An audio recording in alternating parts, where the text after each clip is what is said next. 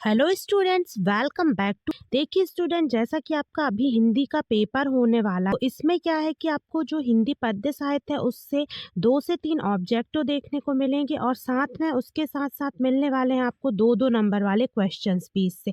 तो हमेशा अक्सर क्या होता है कि आप इसके जो कवि हैं और इसका जो काल विभाजन है इसमें बहुत कन्फ्यूज हो जाते हैं और जो इसके आंसर्स है वो आप गलत हमेशा ऑब्जेक्टिव में लगा देते हैं या फिर आप 2 नंबर के क्वेश्चन को भी उतना अच्छे से लिख नहीं पाते।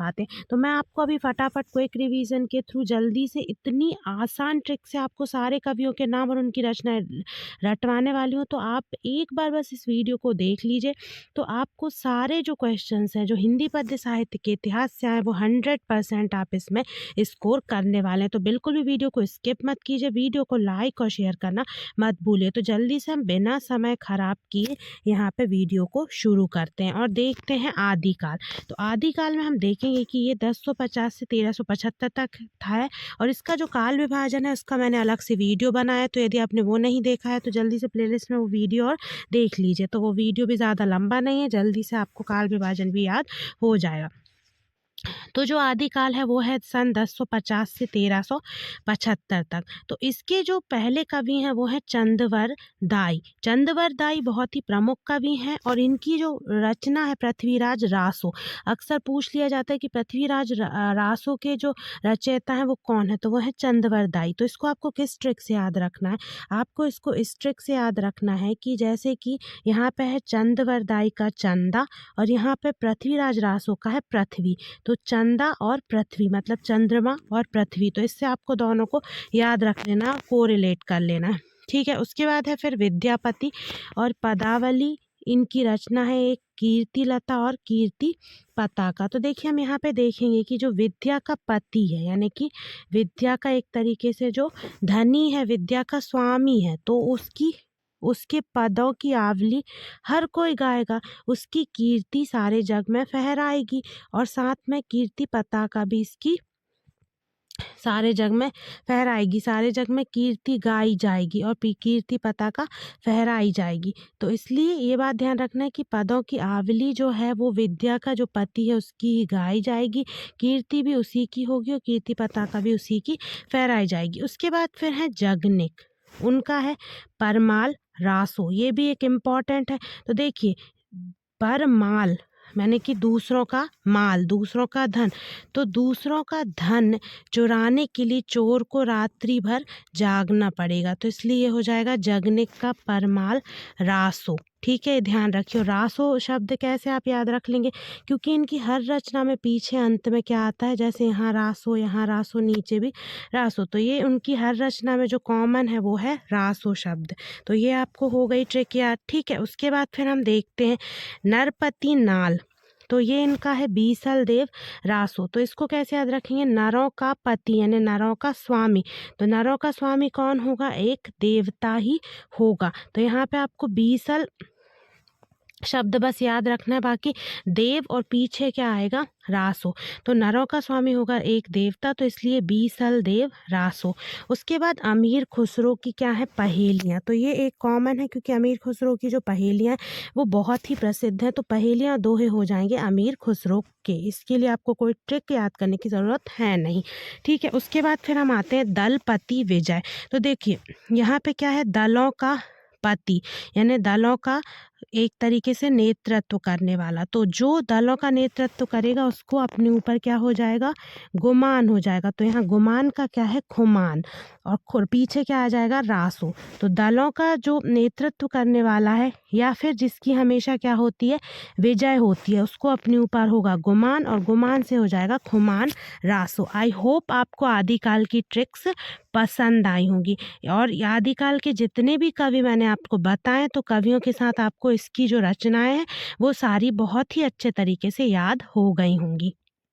यदि आपको ट्रिक्स अच्छी लगी हो तो प्लीज़ वीडियो को लाइक कर दीजिए, क्योंकि हो सकता है इसी में से आपके 1 या 2 नंबर के ऑब्जेक्ट आ जाए।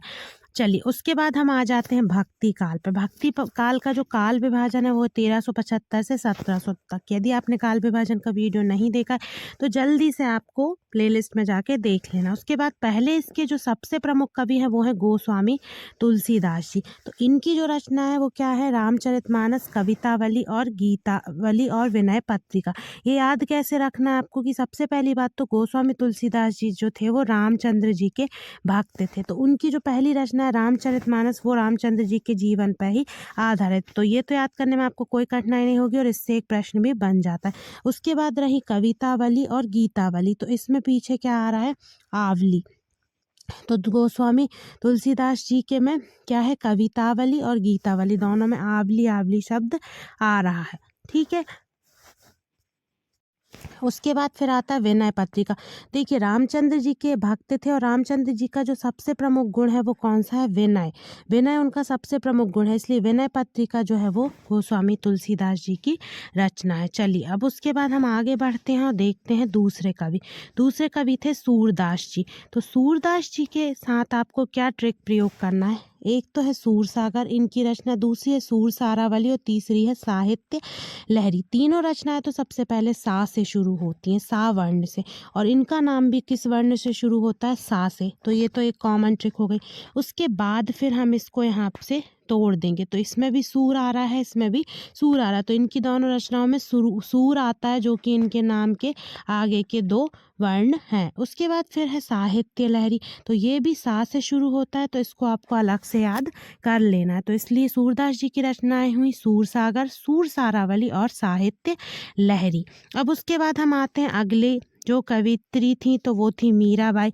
तो मीराबाई जो थी वो किसकी भक्त थी, वो थी प्रभु श्री कृष्ण की। ठीक है। तो इसलिए इनकी जो रचनाएं हैं वो उसमें गोविंद नाम आ रहा है, गोविंद टीका। गोविंद किसका नाम है, श्री कृष्ण जी का। फिर राग गोविंद। ठीक है, ठीक है। इसका गीत गोविंद टीका, ये है पूरा, ध्यान रखिए। एक रचना है गीत गोविंद टीका और एक है राग गोविंद। तो ये दो रचनाएं। फिर है नरसी का मायरा। तो मायरा को कैसे याद रखना, मीराबाई और मायरा। ठीक है, मीराबाई और मायरा, ये भी एक उनकी बहुत प्रमुख रचना है, नरसी का मायरा। तो देखिए इनमें से यदि आपका कोई कवि परिचय आता है तो आप इसमें आपको रचनाएं तो याद करने की ज़रूरत ही नहीं पड़ेगी क्योंकि आपको यहीं पर रचनाएं हो जा रही हैं। फिर उसके बाद है नाभा दास। तो नाभा दास की है भक्त माल। तो ये कैसे याद रखेंगे कि नाभा दास के अंत में आ रहा है दास, और जो भक्त है वो भगवान का क्या होता है, दास होता है। भक्त जो होता है वो भगवान का दास होता है। तो इससे आप रखेंगे नाभा दास का भक्तमाल। तो स्टूडेंट्स ये थी बहुत ही कमाल की ट्रिक्स जो आपको कोई भी नहीं बताएगा, लेकिन पेपर के पहले मैंने आपको क्विक रिवीजन के थ्रू आपके जो कवि थे उनको जल्दी से याद करवा दिया और उनकी सारी रचनाएं भी याद करवा दी। अब यदि इनमें से जो भी आपके पाठ्य पुस्तक के कवि होंगे तो उनकी आप कवि परिचय में भी ये रचनाएं लिख सकते हैं, और जो ऑब्जेक्टिव टाइप क्वेश्चन बनेंगे हिंदी पद्य साहित्य के इतिहास से तो वो भी आप कंप्लीटली उसको सॉल्व कर लेंगे, सही आंसर लिख लेंगे। तो ऑल द वेरी बेस्ट आपके पेपर के लिए, एंड पेपर से आके ज़रूर बताइए कि आपका पेपर कैसा होता है। And thanks for watching this video.